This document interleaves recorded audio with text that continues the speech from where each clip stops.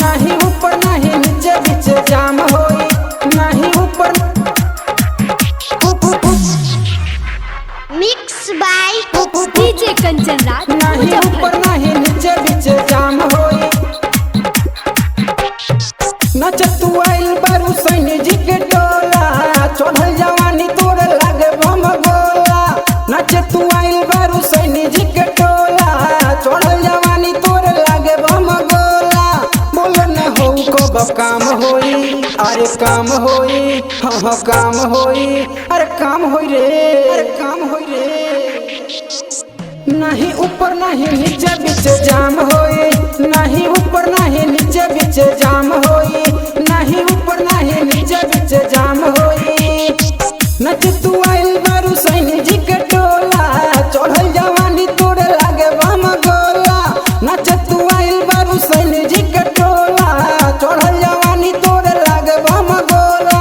बोलो न हो कब काम होई, अरे काम होई, अरे काम होई, अरे काम होई रे, अरे काम होई रे। नहीं ऊपर नहीं नीचे बीच जाम होई, नहीं ऊपर नहीं नीचे बीच जाम होई, नहीं ऊपर नहीं नीचे बीच जाम होई।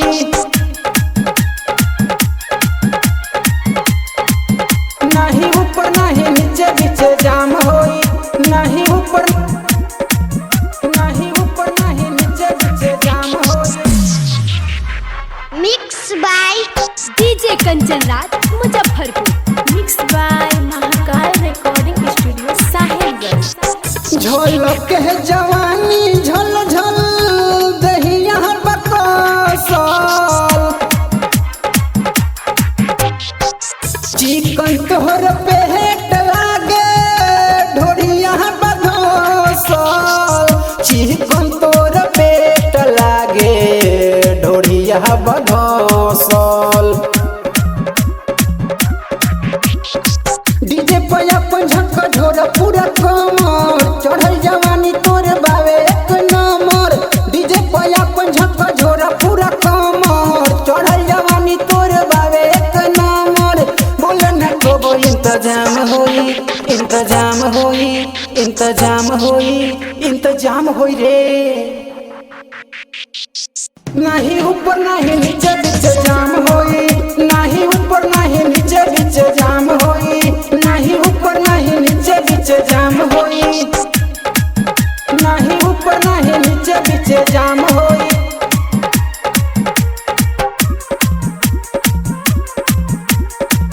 नहीं ऊपर नहीं नीचे बीच जाम होई। Mix by DJ Kanchan Raj Muzaffarpur. Rahul Mallesh सरवन ली है आज किस हो, ऋतिक सैनी मुन्ना को दी है गिरीश हो, ऋतिक सैनी मुन्ना को दी है गिरीश हो।